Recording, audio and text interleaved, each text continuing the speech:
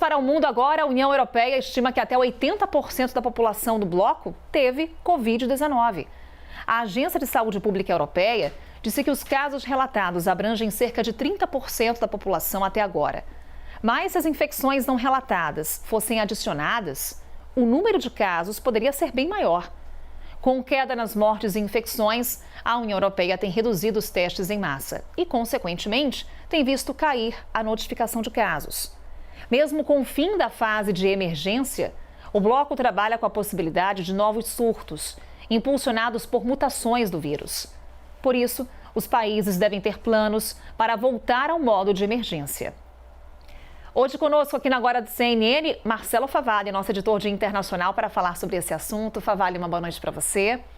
Favalli, vamos falar um pouquinho então de Covid-19 na Europa e, claro, essa sinalização e essa verificação dos resultados. A partir de quando que essa queda foi constatada na União Europeia, Favalli? Boa noite, Carol. Boa noite a todo mundo que acompanha a gente aqui no Agora. Vamos transformar em números isso que a Carol estava explicando, porque a gente teve um pico da Covid bastante expressivo ainda em 2022, aqui em janeiro, quando a média móvel, que são os últimos 7 dias de contagem, passou de 1.200.000 casos confirmados num período de uma semana.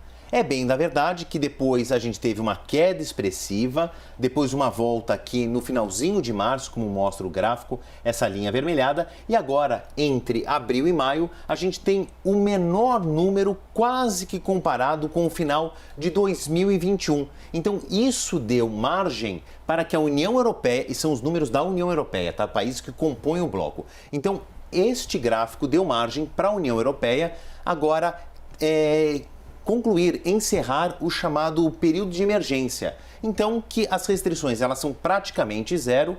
A Carol falou que existe aqui uma preocupação, quer dizer, todo cuidado ainda precisa estar num consciente coletivo, porque podem surgir novas variantes e a gente vê esse gráfico subir, como aconteceu, por exemplo, em março.